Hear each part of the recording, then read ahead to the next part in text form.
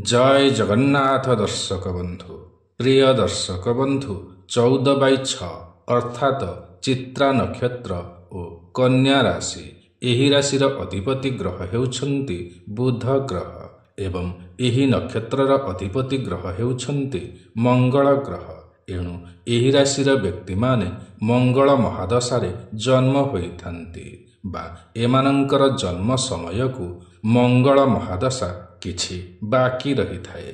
एही राशिर जातक माने द्वितीय पादर होइथान्ति, राक्षस गणर होइथान्ति, अग्नि तत्वर होइथान्ति। एही राशिर व्यक्ति मानंक पई शुभ दिग हेउछि पश्चिम दिग।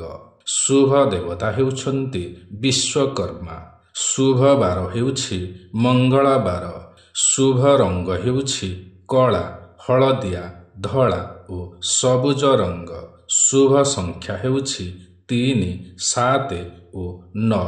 शुभ मंत्र हेउछि विष्णुंक मंत्र, लक्ष्मींकर मंत्र, हनुमान चालीसा। शुभ नीति हेउछि घिय दीप जालिबा और खाद्य वस्त्र दान करिबा। एही राशिर व्यक्ति माने अत्यंत टैलेंटेड होइथान्ति। जीवन रे मान सम्मान बहुत ही पाइथान्ति बा समाज रे एमानंकु रेस्पेक्ट मिली थाए। लोक माने एमानंकर कथा सुनिथान्ति, एमानंकु भय मध्य करिथान्ति बा हाँ रे हाँ भरिथान्ति। समाज रे एमानंकर नाम ख्याति रही थाए। जीवन रे एमाने नूतन घर, नूतन जानवाहन, नूतन जमी इत्यादि किणिथान्ति। निजर संचय बलरे ही किणिथान्ति। समाज रे लोक माने एमानंकु बहुत महत्व देइथान्ति। एमाने बहुत ही साहसी होइथान्ति। कौनसी भी कार्य को एमाने भय करन्ति नाही। बहुत भल बाणी एमानंकर होइथाए बा एमानंकर बाणी बहुत ही मधुर होइथाए, जाहा फलरे कि सामना लोक एमानंकर प्रत्येकटी कथा को मानिबाकु बाध्य होइथान्ति बा कौनसी भी कथा को सेमाने टाली पारंती नाही। एमानंकर कला और संगीत रे अधिक ही रुचि रही थाए। गीत सुनिबा, गीत गाइबा, नाचिबा बा डांस करिबा एही सबुथिरे एमाने अधिक रुचि रखिथान्ति। किछि किछि व्यक्ति एही क्षेत्र रे मध्य जाइथान्ति बा एही कार्य करी आगकु जाइथान्ति। जीवन रे कठिन समस्या आसिले मध्य धैर्यर सहकारे एमाने कार्य करिथान्ति। जेमिति भी सिचुएशन आसुना काहींकि एमाने सही समय रे पॉजिटिव थिंकिंग द्वारा कार्य करिथान्ति बा सामना करिथान्ति एवं धैर्य मध्य धरिथान्ति। एही परि मानिथान्ति कि जेमिति राति परे दिन निश्चय आसीब, अंधार थिले आलोक निश्चय आसीब। एहा ही एमानंकर भावना होइथाए बा एमाने एही पॉजिटिव थिंकिंग द्वारा लाइफ रे बहुत ही आगकु जाई पारंती। एहा एक बहुत भल गुण एमानंकर होइथाए। एमानंकर इच्छा अनुसार कौनसी कार्य नहेले एमानंक पाखरे क्रोध देखिबाकु मिलिथाए बा एमाने रागी जाआंती। किंतु समस्त डिसिशन भाबी चिंती कि बुझी विचारी कि नहीं थांती। कौन भल, कौन मंद, कौन ठीक, कौन भूल यही सबु किछि को भाबी कि डिसिशन नहीं थांती। एमानंकर लाइफ रे एमाने सडनली डिसिशन नहीं न थांती। समस्त कथा को भाबी चिंती कि विलंबर हेउ बरं तापरे ही डिसिशन नहीं थांती। एपरि करिबा मध्य भल होइथाए। एमाने बहुत ही आशावादी होइथान्ति। जीवन रे हारिगले मध्य एमाने आशा छाड़ती नाही। प्रबल पॉजिटिव एमानंक भितरे रहिथाए बा सकारात्मक विचारर होइथान्ति। एमानंकर दाम्पत्य जीवन बहुत ही भल होइथाए।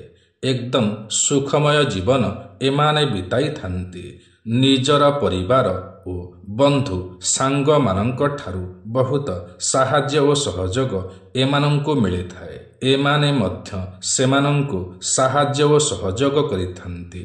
एमानंकर स्वास्थ्य समस्या सेते बेसी होई न थाए, सामान्य सामान्य देखा देइथाए।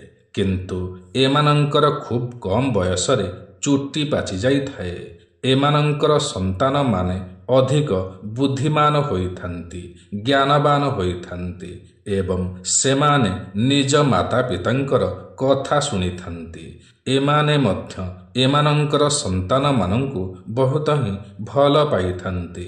ଏମାନଙ୍କର ସନ୍ତାନମାନେ ମଧ୍ୟ ଏମାନଙ୍କୁ ବହୁତ ଭଲ ପାଇବା ଦେଇଥାନ୍ତି। ଏହି ରାଶିର ବ୍ୟକ୍ତିମାନେ ବିଶ୍ୱକର୍ମାଙ୍କୁ ଧ୍ୟାନ କଲେ ସମସ୍ତ କାର୍ଯ୍ୟରେ ସଫଳତା ପାଇପାରନ୍ତି। ଏହି ନକ୍ଷତ୍ରର ସିମ୍ବଲ ମୋତି ହୋଇଥିବାରୁ ଏହି ବ୍ୟକ୍ତିମାନେ କଠିନ ପରିସ୍ଥିତିରେ ଜନ୍ମ ହୋଇଥିଲେ ମଧ୍ୟ ନିଜକୁ ଅବା ନିଜର ଭାଗ୍ୟକୁ ମୋତି ଭଳି ଉଜ୍ଜଳ କରିପାରନ୍ତି ବା ନିଜର ଭବିଷ୍ୟତକୁ ଉଜ୍ଜଳମୟ କରି ଗଢ଼ି ତୋଳନ୍ତି ବା ସମୟ କ୍ରମେ ଏମାନେ ମୂଲ୍ୟବାନ ମଣିଷ ରୂପେ ପରିବର୍ତ୍ତିତ ହୋଇପାରନ୍ତି। ଏହି ରାଶିର ବ୍ୟକ୍ତିମାନେ ଉର୍ଜାବାନ ଓ ପରାକ୍ରମୀ ହୋଇଥାନ୍ତି ବା ଏମାନଙ୍କଠାରେ ଏନର୍ଜି ବହୁତ ମାତ୍ରାରେ ଭରି ରହିଥାଏ। ଏଣୁ ଏମାନେ ନିଜେ ପରିଶ୍ରମ କରି ନିଜର ଭବିଷ୍ୟତ ନିଜ ହାତରେ ତିଆରି କରିଥାନ୍ତି। ଏମାନେ ଏକୁଟିଆ ଚାଲିବାକୁ ପସନ୍ଦ କରିଥାନ୍ତି। ଏମାନଙ୍କର ଜୀବନ ସହଜରେ ବୁଝି ହୁଏ ନାହିଁ। ବହୁତ ସଂଘର୍ଷ, ବହୁତ ଷ୍ଟ୍ରଗଲ ପରେ ଏମାନଙ୍କର ଜୀବନ ସହଜ ହୋଇଥାଏ। ଏହାକୁ ଏମାନେ ଖୁସିରେ ଗ୍ରହଣ କରିଥାନ୍ତି। ଏମାନେ କୌଣସି ବି ଜିନିଷକୁ ବହୁତ ସୁନ୍ଦର କରି ତିଆରି କରିପାରନ୍ତି ବା ଏମାନେ ଭଲ କ୍ରିଏଟ୍ କରିପାରନ୍ତି। ଏହା ଏମାନଙ୍କର ଏକ ବହୁତ ଭଲ କ୍ୱାଲିଟି ହୋଇଥାଏ। କିଛି ନୂଆ ତିଆରି କରିବା ଏମାନଙ୍କର ଲକ୍ଷ୍ୟ ବା ଏମ୍ ହୋଇଥାଏ। ଆକ୍ଟିଭ ରହିବାକୁ ଏମାନେ ବହୁତ ଭଲ ପାଇଥାନ୍ତି। ମଲ୍ଟିଟାସ୍କିଂ ହୋଇଥାନ୍ତି, ବହୁତ ଇଣ୍ଟେଲିଜେଣ୍ଟ ହୋଇଥାନ୍ତି। ନିଜର ସ୍ୱାଧୀନତା ଓ ପ୍ରଗତିକୁ ନେଇ କେବେ ବି ଏମାନେ ବୁଝାମଣା କରନ୍ତି ନାହିଁ। ଭଲ ଆଇଡ଼ିଆ ଏମାନଙ୍କ ପାଖରେ ରହିଥାଏ ଓ ତାହାକୁ ଭଲ କାମରେ ମଧ୍ୟ ଲଗାଇଥାନ୍ତି। ଟିମ୍ ୱାର୍କ କରିବାକୁ ମଧ୍ୟ ଏମାନେ ପସନ୍ଦ କରିଥାନ୍ତି। ନିଜର ଇଚ୍ଛା ଶକ୍ତି ବା ଇଣ୍ଟରେଷ୍ଟକୁ ଏମାନେ କେବେ ବି କମ୍ କରିବାକୁ ଦିଅନ୍ତି ନାହିଁ। ଭଲ ଉପଦେଶ ମଧ୍ୟ ଦେଇପାରନ୍ତି। 33ରୁ 54 ବର୍ଷ ପରେ ଜୀବନ ଏମାନଙ୍କର ସୁଖମୟ ହୋଇଥାଏ ଏବଂ 25 ବର୍ଷ ପର୍ଯ୍ୟନ୍ତ ଜୀବନ ସଂଘର୍ଷପୂର୍ଣ୍ଣ ରହିଥାଏ। ଏହି ରାଶିର ବ୍ୟକ୍ତିମାନଙ୍କର ସୁନ୍ଦର ଚେହେରା ହୋଇଥାଏ, ସୁନ୍ଦର ସ୍ୱାସ୍ଥ୍ୟ ହୋଇଥାଏ, ଆକର୍ଷଣୀୟ ହୋଇଥାନ୍ତି, ନ୍ୟାଚୁରାଲି ସୁନ୍ଦର ହୋଇଥାନ୍ତି, ଶାନ୍ତ ଚେହେରା ହୋଇଥାଏ, ପ୍ରକୃତି ପ୍ରେମୀ ହୋଇଥାନ୍ତି, ଆବିଷ୍କାର ପ୍ରିୟ ହୋଇଥାନ୍ତି ବା କିଛି ୟୁନିକ୍ କରିବାକୁ ପସନ୍ଦ କରିଥାନ୍ତି। ନୂଆ ନୂଆ ଚିନ୍ତାଧାରା ଏମାନଙ୍କର ରହିଥାଏ। ନୂଆ ନୂଆ କଳ୍ପନା କରିଥାନ୍ତି। ଭଲ ଶିଳ୍ପୀ ମଧ୍ୟ ହୋଇପାରନ୍ତି। ସମାଜରେ ଏମାନଙ୍କର ଭଲ ଇମେଜ ବା ଛବି ରହିଥାଏ। ଏମାନେ ବିପରୀତ ଲିଙ୍ଗକୁ ଆକର୍ଷଣ କରିପାରନ୍ତି, ଅର୍ଥାତ ପୁରୁଷ ହୋଇଥିଲେ ନାରୀମାନଙ୍କୁ ଓ ନାରୀ ହୋଇଥିଲେ ପୁରୁଷମାନଙ୍କୁ ଆକର୍ଷିତ କରିପାରନ୍ତି। ଏମାନେ ବହୁତ ପୁରସ୍କାର ପାଇଥାନ୍ତି। ଭଲ କଳାକାର ମଧ୍ୟ ହୋଇପାରନ୍ତି। ଈଶ୍ୱର ପ୍ରେମୀ ହୋଇଥାନ୍ତି। ଧ୍ୟାନ, ଯୋଗ, ମନ୍ତ୍ର ପାଠ କରିବା ଏମାନଙ୍କର ଏକ ନୀତିଦିନିଆ ଅଭ୍ୟାସ ହୋଇଥାଏ। ବିଚାର ଶକ୍ତି ଏମାନଙ୍କର ଭଲ ହୋଇଥାଏ। ନୈତିକତା ଭରା ହୋଇଥାନ୍ତି। ପରିବାର ପାଇଁ ଏମାନେ ସବୁକିଛି ତ୍ୟାଗ କରିପାରନ୍ତି। ଭଲ ପାରିବାରିକ ହୋଇଥାନ୍ତି। ନ୍ୟାଚୁରାଲ ଲିଡର ବା ପ୍ରାକୃତିକ ନେତୃତ୍ୱର ହୋଇଥାନ୍ତି। ଷ୍ଟାଇଲ ଫ୍ୟାସନର ଗନ୍ତାଘର ହୋଇଥାନ୍ତି ଏବଂ ଏହାକୁ ପ୍ରଫେସନ ମଧ୍ୟ କରିଥାନ୍ତି। ବହୁତ ହିଁ ଭାଗ୍ୟବାନ ହୋଇଥାନ୍ତି। ନିଜ ଜୀବନକୁ ନିଜେ ଗଢ଼ି ତୋଳନ୍ତି।